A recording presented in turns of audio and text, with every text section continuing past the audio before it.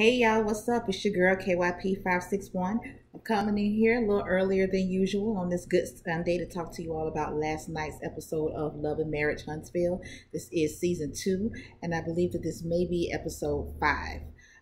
So we're going to just go ahead and jump right into it.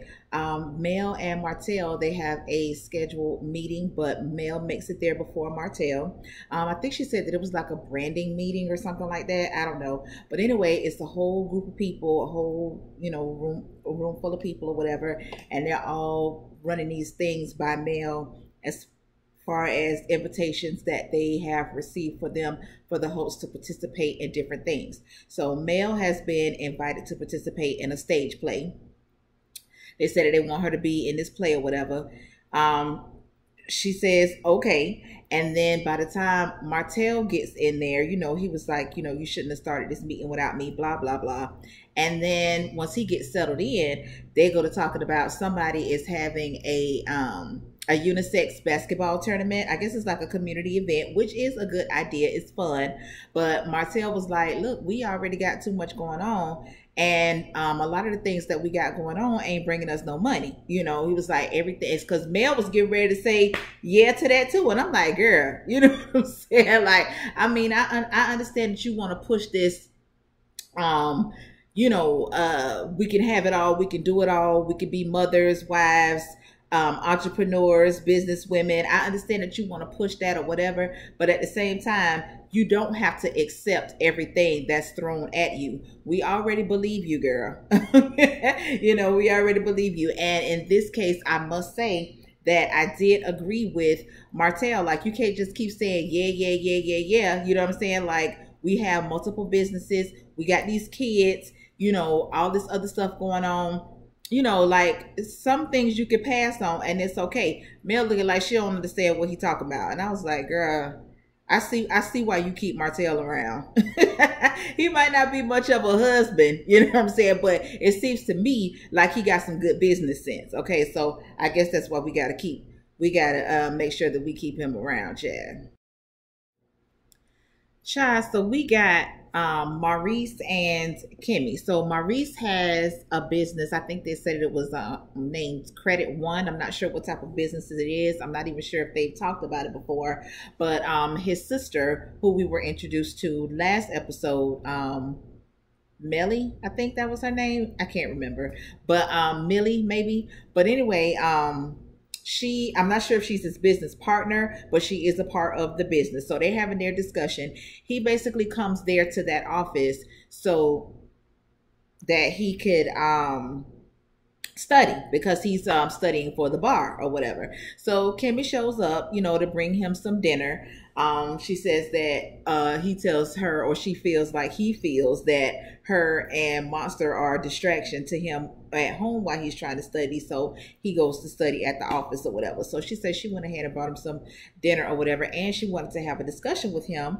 So we missed the part, or at least I missed the part, where she agreed that she would resign from her job or her career, should I say, as being a nurse of 20 years to pursue real estate full time. I know that they've had conversations about it, and she was pretty much saying that she didn't want to leave her job. But now we get to this episode, she around here done turned in the resignation. Okay, so she turned in the resignation. She said that her boss did not want to accept her resignation. Now I'm like, I'm not asking you for your permission to quit. I'm telling you that I'm getting ready to resign. You know what I'm saying? Like, what do you mean? You ain't got to accept it, but here it is, So anyway, she told Maurice that she agreed to stay on for another 6 months before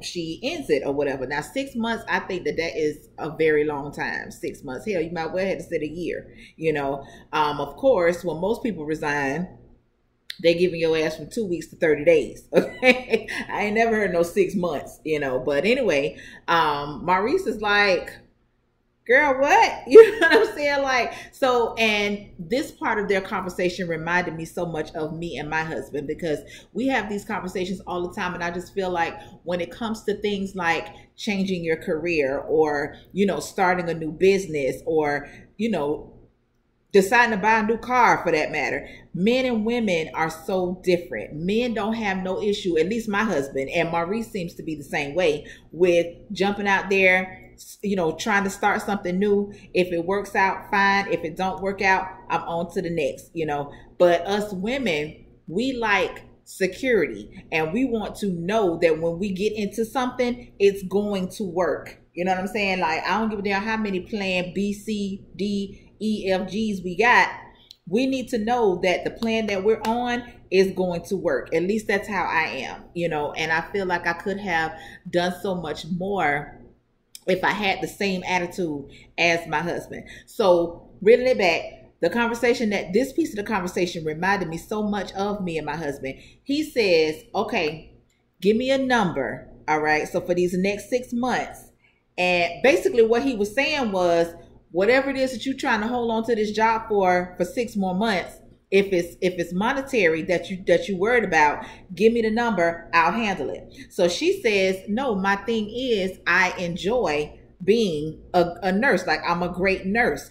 Then she goes on to say that she wants to make sure that her son is completely finished with school, that she has paid off his tuition. She says because she pays everything from the tuition down to his grocery. Okay, now I don't know if I'd have been able to take on all of that. Now your tuition, I get that, okay, but your apartment, your car, your grocery, and all of that, because see, you don't have to have no apartment. You can stay your ass on the campus, okay? Now a car, we can get you a little slider. Okay, ain't finna be nothing I'm making payments and paying car insurance on. You know, you better get your little refund check. Y'all know how us black folks do. Get your refund check. Better come down here to the Split Splash and get you a little piece of car, okay? Something that's good enough to get you from there to here and from here back to there, okay? And grocery, boo, that's on you. You know what I'm saying? Like, I mean, but I you know, I commend Kimmy for that. You know what I'm saying? That's their thing. I'm not gonna knock it. I'm not gonna knock it. I'm just telling you what I ain't gonna do, okay? So he says, if that's all that you worried about, we can take care of that right now. I said, child, I had to look at the TV. I was like, he reminded me so much of my husband at that moment. I was like, oh my God. So, you know, she turned it down. She was like, you know, that's not your responsibility, you know, or whatever. That's on me. Okay. So I commend both of them. You know, I definitely commend him because, you know, we got a lot of men around here. They ain't trying to do nothing. Okay. They ain't trying to do nothing. And my husband tells me all the time, he was like, listen, I don't understand what the issue is.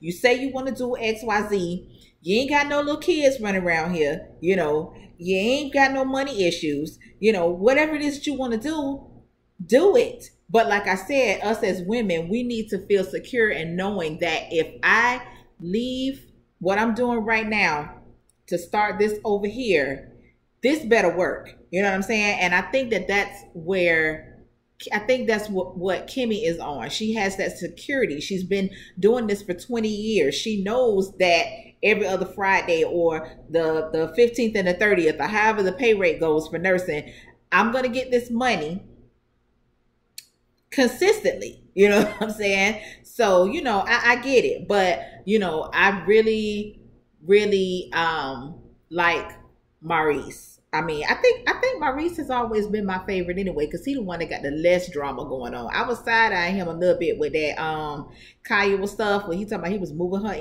her down there and all that. I was side-eyeing him a little bit, but you know, for the most part, he ain't really gave me no issue. But yeah, child. So we're gonna see what happens. I like it. We're gonna see what happens.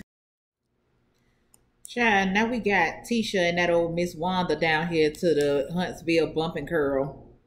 Going to get their hair done. Miss Wanda got a damn problem with that. Girl, Miss Wanda just wears me out, y'all. Oh my God. So anyway, somehow they get on what happened on the podcast, right? So she was like, you know, the next time, if you are invited to come back to the podcast, if you can't talk about you, then we're not going to do it. Because basically all Miss Wanda wanted to do was get down to the podcast and talk about Mel and Martel. So she was like, well, I got it off my chest, so I'm okay now. Girl, like, come on, man. You need to let that shit go. For real. For real. Child, now she over here, talking about she's still mad because Mel put Tisha out. Girl, you done said what you had to say about that. And what? That's not going to rewind the time. And it is what it is. She came there uninvited and got put out. Like, what? I mean, I don't understand. So then you go over here talking about Kimmy is trying to buy Mel. Like, girl, what is you talking about, Wanda? Like, I wouldn't get no type of advice from her. Like, she just messy. I don't like it, y'all. I don't like it. And I'm really, trying to stay respectful, but, just still be able to state my opinion. But Wanda, girl, mm-mm. Bitch, did Miss Wanda just get out that chair with a goddamn French roll?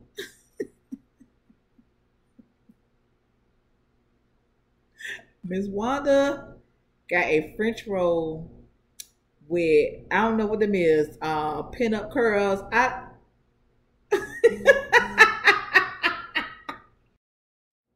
So Martell is taking his kids out for some quality time or whatever, and they go down to the Ninja something Academy. I think it's based off of the American Ninja show, the American Ninja Warrior show, kind of like when they go in there and they do like the obstacle, whatever. I like that show. I do. I will watch it when I catch it. But yeah. So I thought that was cool. And his dad showed up. He was happy about that. And they just was basically chopping it up, playing with the kids, and then they had this conversation where Martell was pretty much expressing his frustration about Mel and him feeling like she's doing too much. He was like, even when she was pregnant, she still was working, which okay, I don't see no issue with that. She had the baby. We saw she was on the laptop working in the hospital bed. Now she then had the baby. She came out with the skincare line, and she's doing this over here. Now she's trying to do this play, and who knows what else she got going on. Plus their base business being Hope and Hope or whatever. So he's just basically saying that they don't really have a lot of time to dedicate to the kids because they doing this, they doing that. He's managing the businesses and all of this here type of stuff. And although we know how it's going to end up, and I don't know if this is what the build up to that was. I'm not sure. Because when motherfuckers go talking about how you ain't never around and you ain't doing this and you ain't doing that, they feel like that's justification for them and why they go the way that they go. So I don't know if that's where this is gonna, if that's where this is taking us. But of course I'm gonna lay around for it. Then you got Mel. She's meeting with the play director. She's basically giving her the rundown on what this play is about. And just for the first couple of lines of the description, that thing started knocking on Mel door, honey. We just got a character change, Chad. Mel does say that it's a few things as she's going through the outline that she doesn't feel is going to sit well within the black church. And the writer was basically like, because saying that the pastor is found out to be in another relationship with another man or whatever, and just that, all the things that, and like Mel said, it happens in all churches. True enough, but we're black, so all the things that we know that happens in the black church, like I don't know nobody that particular thing has happened to, but we know that there's a lot of scandal that goes on within the black church. And like she said, the black church, they have this thing of pretending to be something that they're not. And I said, child, if that ain't the truth, okay? If that ain't the truth. But as she goes on in the explanation and giving a little bit of backstory about herself, the writer or the director or whatever, Mel seems excited about it. She says she's ready to, read the play and just, hear what the writer has to say. So I guess, good for her, child. I guess good for her. Child, so now we go down here to this double date with Mel and Martel and Destiny and LeBaric. Where y'all get these names from these for these men, but okay. So they exchanging pleasantries or whatever, and the whole situation just got weird. Like, so I think Mel had asked Destiny was she fully moved in. So we know a couple of episodes back, she was telling Mel that she had moved into LeBarrick's place and that basically all she had there was her clothes. It was his bachelor pad she moved into. It's really not a home for her or whatever. And, you know, she was feeling some type of way about it. So he lets us know that she basically moved or made the final move and it was unbeknownst to him. So I guess he said originally she said she was moving in March. Then she changed it to December. I guess pushed it back to December. So maybe March of the next year, or which would have been probably this year. And she moved in December of last year or whatever. So he was like, you know, well, I didn't know, you know what I'm saying? Something. And she was like, okay, we found out, okay, he didn't pay for her to move as her husband moving in with him. He didn't pay for the move. He didn't get her a Christmas gift because he made the comment of, I didn't know whether to help her move or get her a Christmas gift. And she was like, well, you didn't do neither. I said, bitch, I knew it. I just knew it from the beginning. I knew it was some bullshit. I did. Okay, but anyway, so then we're going to find out that she don't want to take his last name. Now, she doesn't want to take his last name because of a family tie. You know, the tie that she has to her mom and the tie that she has to her deceased brother. That tie is they all have the same last name. Now, my thing is this. Girl, that's gonna always be your last name. That was your first name ever in your life, so that's gonna always be your name. You can even hyphenate the last name if you want to. You know what I'm saying? Like you being married and taking your husband's name, even though it's not a necessity, because I know a lot of women that keep their last name, but mainly because of business purposes. You know, and then like I said, some people hyphenate their last name. You know what I'm saying? So it's not really a necessary thing that you have to take your husband's name. But see, that's some new school shit. You know what I'm saying? Because, you know, back in the day, once you get married, it's like a no-brainer. You're going to take on your husband's last name. But child, whatever. So he's basically expressing his feelings about that. She cuts him off. Oh, we'll talk about that in counseling. Girl, I'm telling you, I know that Destiny something else. And Mel said it. Mel said that Destiny don't play. So LeBaron needs to step up or needs to learn how to be a husband. Ain't it a little too late for that? Like, you know what I'm saying? Like, he already in that role of the husband. And, you know, I didn't feel comfortable with Mel saying that because your husband ain't learned to be no husband. That's why your ass is getting a divorce. Girl. So then, child, we found out that Destiny is a salon owner. And that I guess she is moving her business to Huntsville. And she was saying that she wanted to invite Marceau and Tasha, mainly because she wanted to give them the opportunity perhaps to bid on getting the contract. So off rip, you know, and I understand that they're not friends. I get that. But when you step in and now you're trying to take potential money out of somebody's pocket, I got a problem with that. If you don't fuck with them, that's fine. Don't fuck with them. But don't be over here trying to fuck with their potential business. You know what I'm saying? She didn't say she trying to befriend them, which I don't know because, you know, all the shit be seeming shady to me at some point. You know what I'm saying? But if this is something that's on some business or whatever, then let it just be on business. And then it's about, oh, we know some other contractors. We know, because she was saying that she didn't know any other contractors in the area. Oh, we know some. I was like, ooh, child, y'all is some haters on the low, that is.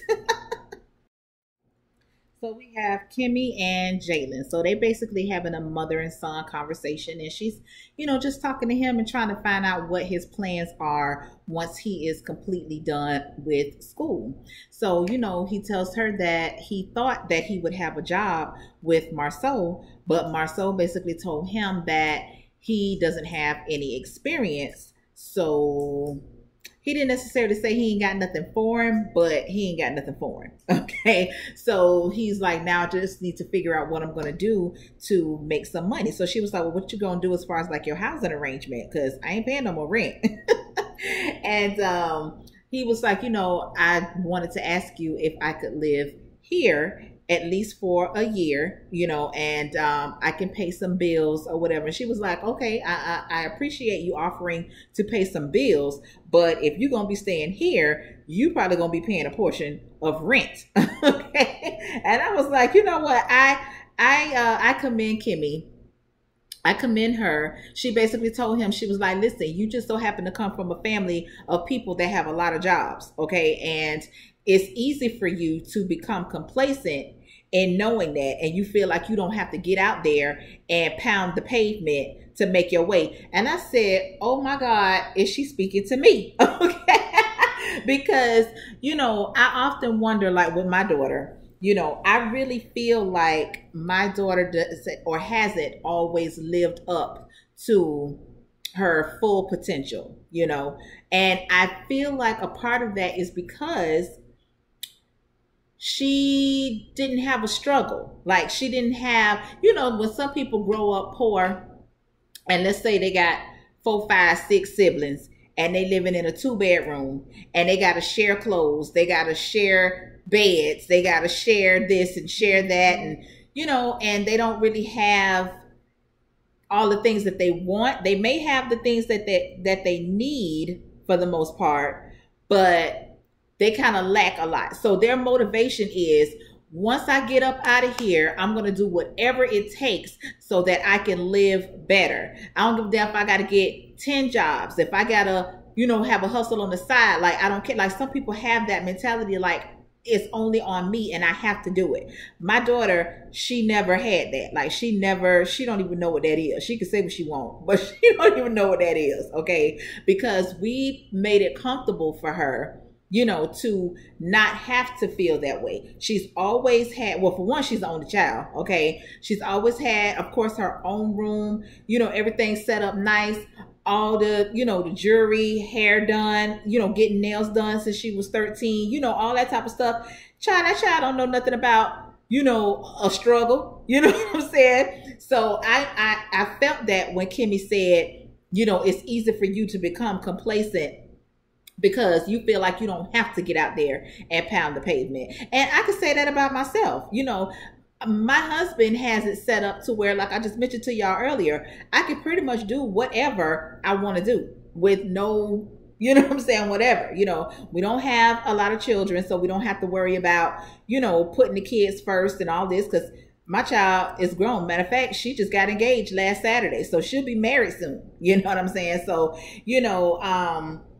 I really, really felt that, so he was, he understands, and he acknowledges the fact that his mom has done a lot for him and is continuing to do a lot for him. And she was like, we have a young boy in here, Monster, and he's looking up to you as the example. So, you're going to have to make some things happen or whatever. So, he says that he understands that and he's cool with it and he's willing to do what he needs to do to get his shit together. So we're going to lay around for that. And I'm pretty sure that Kimmy going to stay on top of him to make sure that he does that. Now, what my only request from Jalen is that you enunciate, okay? Because you got, like, he talks so sorry to me. And y'all, and he hasn't done anything to me. I don't feel no type of way about Jalen or whatever, but I just can't stand a sorry talking man. I just can't. And I understand that they're from the South. I'm from the South too, but for some reason, like those southern states, like them Carolinas and them Alabamas and them Mississippis, like they really, really, really got that draw. Like, you know what I'm saying? So I don't know. I don't know, Jalen. Just, that's the only thing. That's my only thing. Okay. That's it. That's it. Okay. But other than that, keep up the good work and congratulations.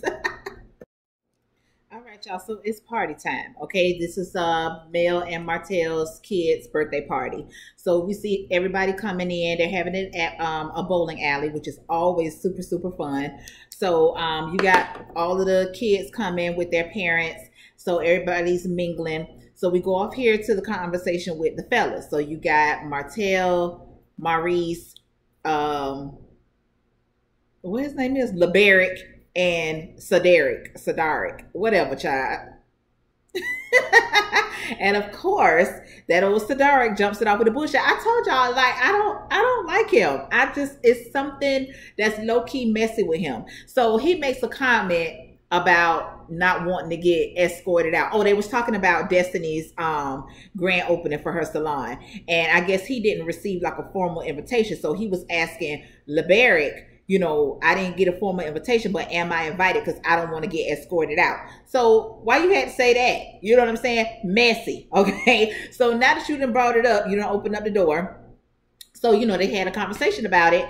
And Martel is basically trying to make it seem like he's, well, not necessarily upset, but he feels some type of way that Kimmy left with Tisha. So my thing is, like, you just wanted Tisha to be all around humiliated. Like, you know what I'm saying? Like, it's bad enough y'all had to call security, in which he said that, and I saw this, so I believe him when he said this.